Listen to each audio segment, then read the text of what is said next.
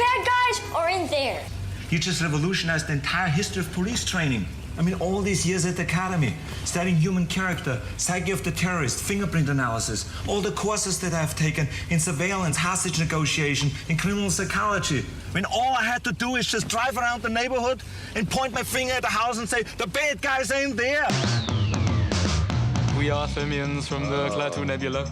Our people are being systematically hunted and slaughtered by Rathaceres Fatukri. Please, Commanders, you are our last hope. You mock my pain. Life is pain, Highness. Anyone who says differently is selling something. I am 35 years old. I am divorced, and I live in a van down by the river. I want a bacon cheeseburger with lettuce and tomato, but extra tomato.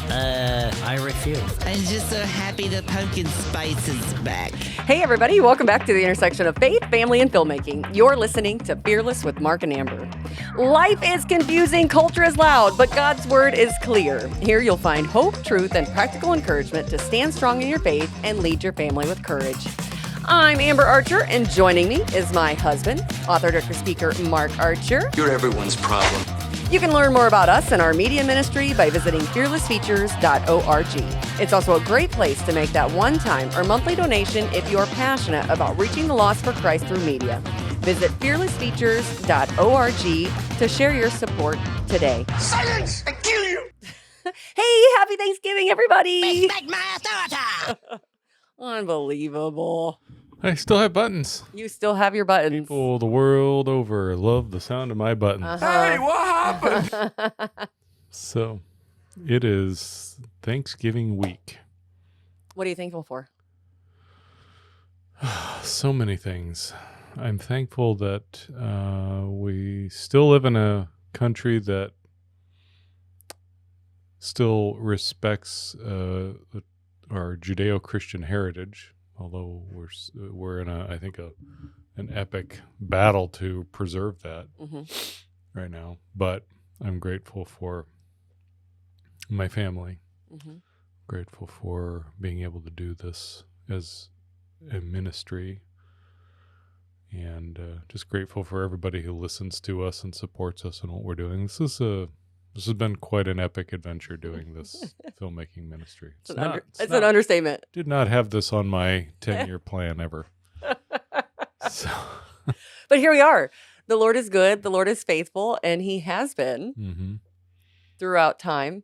And it's just exciting. It's exciting to be here. It's exciting to. You all right there? No, there was a gnat. Man, you are one pathetic loser. Hey, where did it come from? I don't know. Anyway, I don't know what I was saying other than I'm excited to share today, with it being Thanksgiving week. Oh, wait, you wanted to talk about the events. Yeah, just a reminder of events for next year. Next year we have events April 6th through the 8th and 9th through the 11th. The Ark Encounter. The Ark Encounter. That's the women's conference. We'll leave links in the show notes. May 1st, Worldview Matters in Green Bay, Wisconsin. We will be, that's May 1st and 2nd of 2026. We will be there speaking at both of those events. Well, I guess all three of the events, because the Ark Encounter is a back-to-back 2 events in that week. So excited about that. Just excited for everything that's, happening here with the ministry. I also want to give a huge heartfelt shout out and thank you to the anonymous giver who gave, you guys, year end is coming. Giving Tuesday is coming. If you've ever thought about supporting a ministry or looking to support those who are in the mission field, I prayerfully encourage you to consider Fearless Features as we continue working on our next film, Principalities. I was just having this conversation with a pastor the other day, and he asked if we are supported by a lot of churches, and I said, not very many. I mean, a handful, and I don't want this to sound like I'm complaining. I'm not, but it's a strange thing that we do, and it doesn't. So to a lot of churches that are used to supporting ministry or missionaries that are with missionary programs, missionary organizations, we just don't fit into that. Yeah. We understand that. And so it's odd for a lot of people, and a lot of people have misconceptions. They think, well, I mean, you've got money. You're Obviously, you're bringing in getting a them bunch done. of money, right? You're getting them done because, well, if you read my new book, which I don't even have a copy of because they literally are all gone. but Hey, we have they're printing coming. I have a tracking number. They're coming. So if you read Compromise, you hear kind of how this gets done, and we just get it done, right? But it's an odd kind of a thing because it's just a business that a lot of people, although everybody's got a phone and a YouTube channel, people don't really understand the film industry, and I get that. It's a niche industry. It's very strange. But we do have some exciting news about that. I don't want to say it yet. That's what I say. What? But it is coming. Say? We do have a very good news coming For all of the films. for all of the films, Mhm. and we thank you for your continued prayers and support. We'll let you know probably next week. We can let them know. So Let's see. What else did I have? That's about it. I'd rather move on to. we're still Turkey Day. looking for a screening partner / organization or church in the South Bend area to help us do a screening of Inwood Drive on, I think it's February 12th. February 12th. Which is the anniversary of the internment of the 2,411 Mhm. babies that were found in George Klopfer's garage and the trunk of his car. We want to show Inwood Drive up there. We want to do it in conjunction with a memorial service that I'm sure is already going. Like I said, if there's not one, we'll put one on, but I'm sure there's a group doing one. Definitely a good pro-life event. Yeah. Mhm. Yeah. So we're still working on that. If you know of anybody or you want to help us, let us know. Yeah. So Thanksgiving. We're Thanksgiving. going to just talk about Thanksgiving stuff. Do you want to go first? Do you want me to talk about my Thanksgiving thing? I'll go first. Okay, you go first. I'll go first because I found it, especially now being a exclusively homeschool mom, Yes. I am always on the hunt for resources. Okay. And I have many authors that I love that our kids read. I especially love The American Story, The Beginnings. Hey, we're not getting paid for this, but I'm just saying this is a great book and it's Tim Barton and David Barton from Wall Builders. They have great materials. Nikki Truesdell in Texas has a lot of great homeschool resources, knowledge keepers books. I mean, all about history. I mean, we love history. We love researching history. I mean, it's a part of what we do. And so And you love engineering and the science of tires. Absolutely. As If we you all missed that episode last week, She loves studying about the vulcanization process and I silica compounds. I get and tires. excited. You just hold me back. So anyway, so I found this great resource through heritage.org, and it's a 45-page booklet, and it's all about, the celebration. It's Celebrate America at the Thanksgiving Table, and it's with proclamations, poetry, songs. I mean, I'm going to leave a link in the show notes for you guys because it's an incredible resource. And I'm just going to read a couple of excerpts from this. So, if you're like so many others across the United States, you will be sitting around a table today, on Thanksgiving Day, with family and friends to give thanks for the many blessings we have been given. Perhaps this booklet can help you and yours, help us all, to give thanks for the blessing of liberty that this country and those who came before us have handed down to us. We offer this guide so we can see more clearly the start of our wonderful country, see just a few of the many acts of heroism, bravery, sacrifice, love, piety, and dedication, and read the loving and noble words of grateful Americans who went before us. When we give proper thanks, we help ourselves to feel the need to protect and pass on the freedoms, liberties, principles, rights, and duties enshrined in our founding. And that gratitude, that sense of unity with those who gave us such a wonderful country, help us live up to the unique calling of American citizens who are asked to participate in a government of the people, by the people, and for the people.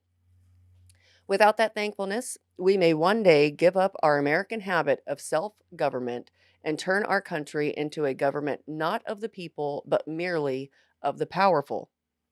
So, aloud with your family and friends at the table or on the couch after your meal, take up this Thanksgiving booklet, enjoy these stories and prayers, read these poems and proclamations, sing these anthems and songs.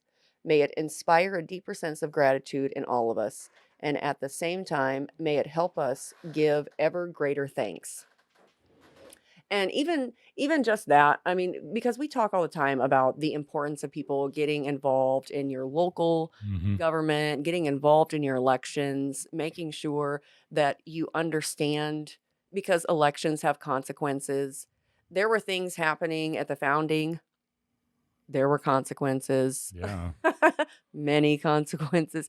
So just remembering we're coming up on 250 years Yep. Next year. next year of independence, hmm the longest living.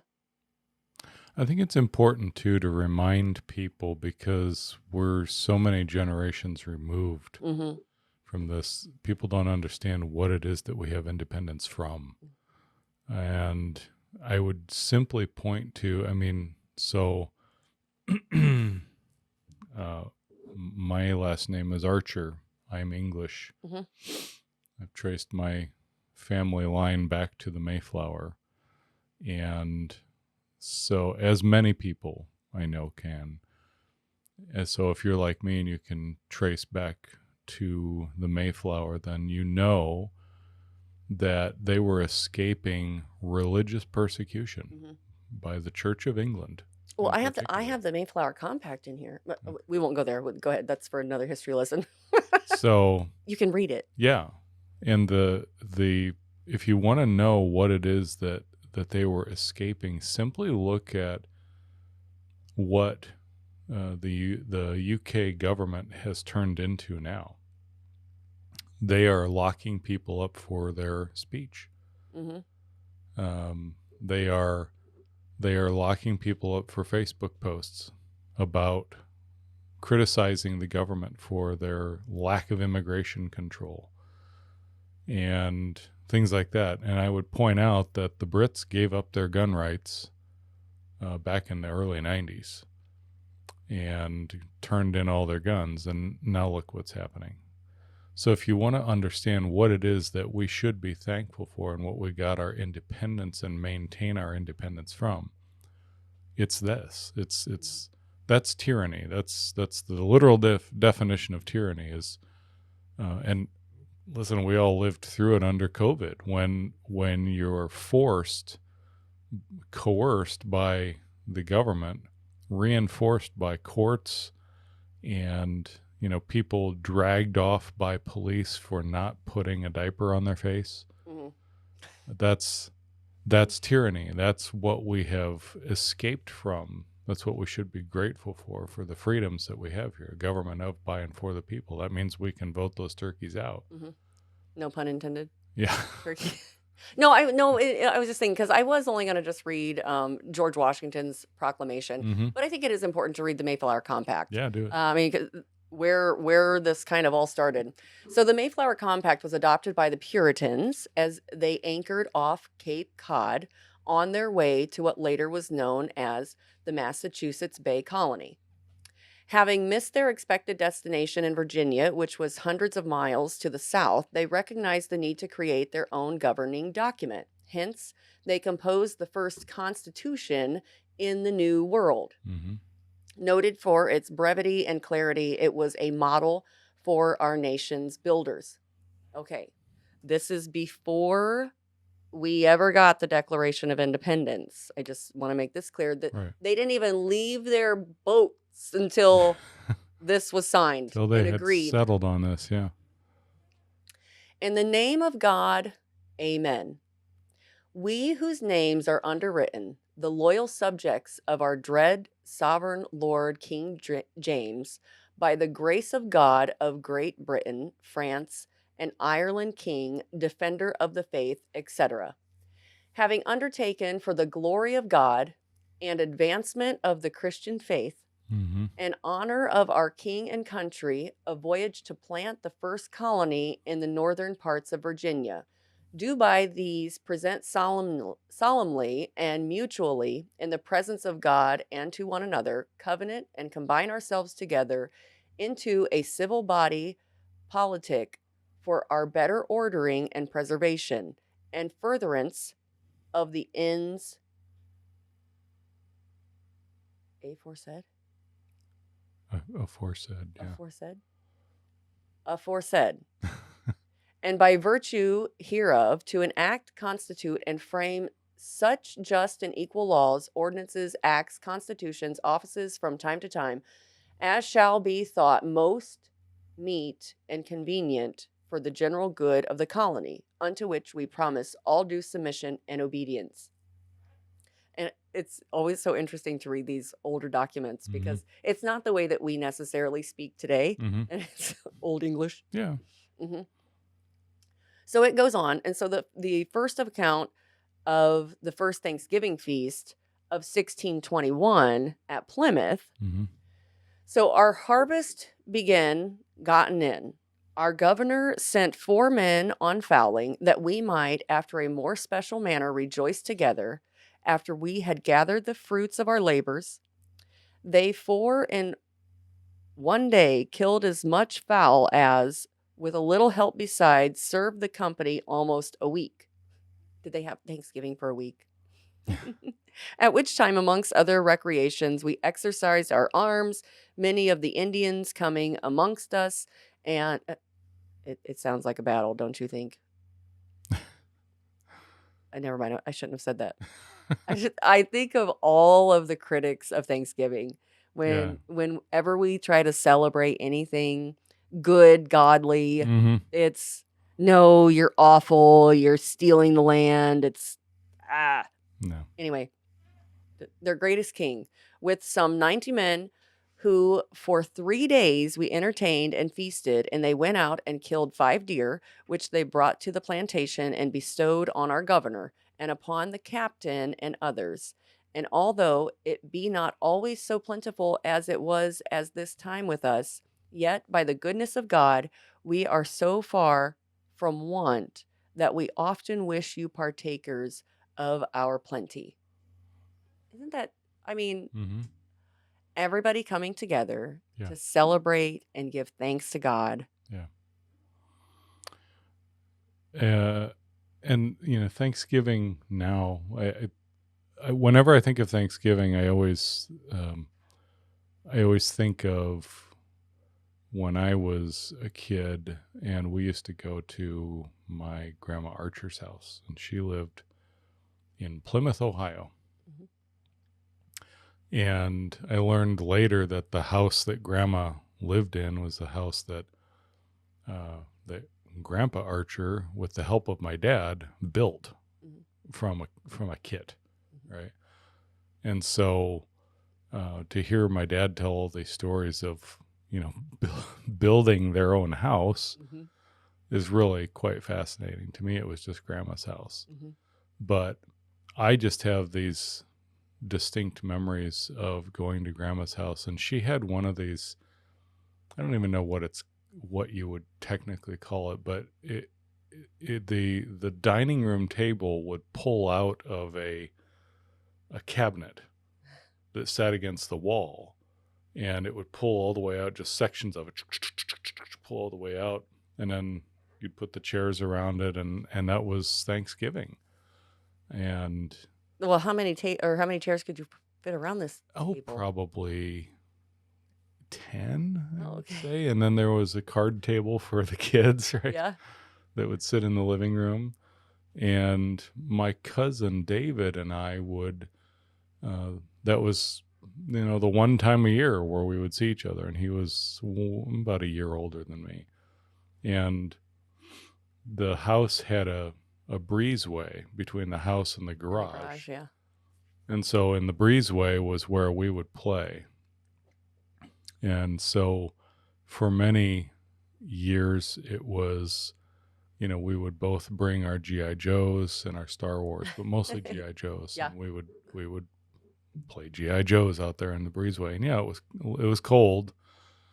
It was chilly, right? I mean, but we would play fond memories. Yeah, but and that plus the smell of the kitchen and the turkey and the pies and everything, and just everybody doing their thing, and then inevitably after lunch, David and I would put on our coats and our boots, and we would slog through this field. So she lived in the very rural, and there was cornfields behind them, and so we would walk through the cornfield all the way back to, it's probably, of course it seemed like 10 miles at the time. It was maybe half a mile, 3/4 of a mile back to the woods next to the train tracks. And we would just explore and come back with all kinds of treasures. And for some reason it was this great, I would come back with a haul every year of railroad spikes. And they were used, not yes. that you. We didn't take them out of the tracks or anything. Stuff we would find at the land next to. Just want to put a disclaimer out there. Railroad spikes and empty shotgun shells were very valuable to us, and so I would bring them back, and I'd have to bring them home. I remember for years I had these railroad spikes and shotgun shells in a box under my bed, and those were treasures. Yeah. And I even had a couple of the joiner plates, like between the rails. There's these plates that hold them together. And if we found them loose, we would take them with us. And they were heavy, but we'd bring them back with us. And that's Thanksgiving to me. Yeah. It's just what I always remember. So G.I. Joe and going to the woods and the railroad tracks. Yeah. So I hope others are gathering with those they love, just to put the phones down, put the screens down, and just enjoy time with each other. Yeah. It's a very special, because none of us are guaranteed tomorrow, and so just live the fullest. Yeah, I tried to remember the last time that we all were together like that. I don't really remember, because we were still pretty young, and then, people grow up, and a year later when you see each other again and you've moved into different phases of life, and then at some point grandma moved out of there and moved into an apartment in town, and we just didn't get together like that anymore. So you never know when there's this meme that I have shared and I've saved, and it's a picture of a bunch of 80s kids, and it said, "One day you and your friends went out to play for the last time and none of you knew it." Yep. And I think about that around Thanksgiving and Christmas. I think, you never know when it could be the last time. So enjoy it. So be grateful, be thankful, just love each other. Yeah. Yeah. And then the only other thing I was going to add, I've been reading. I know I didn't even get to the George Washington Proclamation, but that's okay. It's going to be in the show notes for everybody to go through. So I've been reading this book as part of my research for Principalities, which we're working on right now. It's called Sword and Scimitar by Raymond Ibrahim. Really good book. And I have been, of course, fascinated. If you follow me on social media at all, you know that I'm fascinated with the Crusades, knights, warriors, all of that stuff, because I think it's just something that is so missing in our culture, and men need to embrace their masculinity. Men need to step up and live as warriors. You may not think you're at war, but there are people in the world, there have been people in the world your whole life who are at war with you, who want to destroy everything that we have to be thankful for. And I was fascinated to learn. So on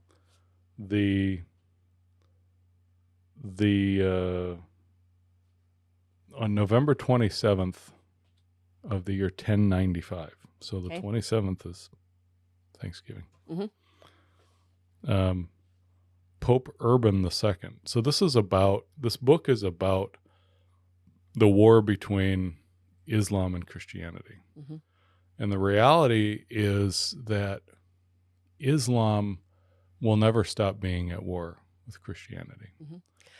Well, and I was going to say, even that, so I was, as part of the research that we were doing for Principalities, and I went back through Pew Research because they do a lot about religions and demographics and everything. And so I took the information that was available and kind of documented through the years. You- Christianity is still said to be the number one religion in the United States. But that encompasses all the different denominations. I mean, even Mormonism, Catholicism, whatever, they're all in there. Non-denominational, they're all in there. But the second largest growing religion in America, it was kind of spread out for a while. There was Hindu, Buddhism, Islam. Now, maybe I'll get you the graphics so you can put these on for people who are watching on YouTube. But Islam is the second largest growing religion in the U.S. And the interesting thing is, if you follow the news at all, you're seeing a lot more about Islam, especially because of the recent elections. You're seeing a lot about Islam and Sharia law in Texas and things that are happening there. So just paying attention to what's going on, staying grounded in God's word and to know what the truth is, but then doing a little bit of history, research. Yeah. And so I want to give you a couple of years to remember here. So the Knights Templar in particular were formed in the year 1120. Okay. So 5 years prior to that, November 27th, 1095, I just want to read this speech that was given by Pope Urban II. Okay.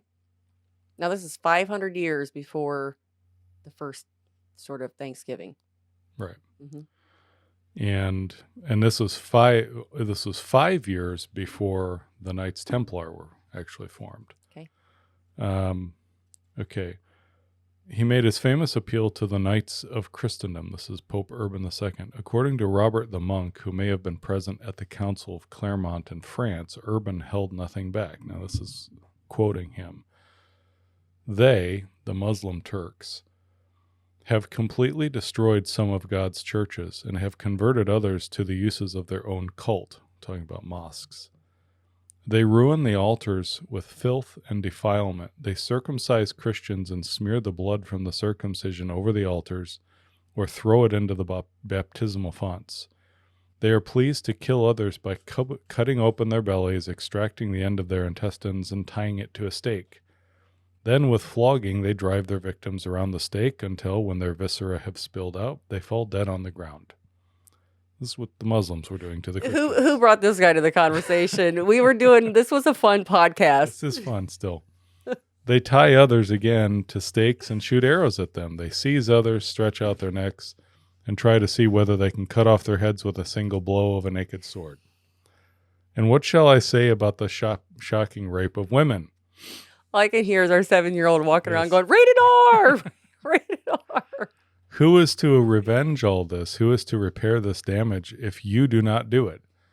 Rise up and remember the manly deeds of your ancestors, the prowess and greatness of Charlemagne, of his son Louis, and of your other kings who destroyed pagan and Muslim kingdoms and planted the Holy Church in their territories. When Urban concluded by calling on Western Christians to undertake an armed pilgrimage to Jerusalem, both to help fellow Christians and to liberate the sepulchre of Christ, all in assembly, lay and laity alike, shouted a resounding, God wills it. Whenever you see shirts and that say Deus Vult, that's Latin for God wills it. That's what that's from.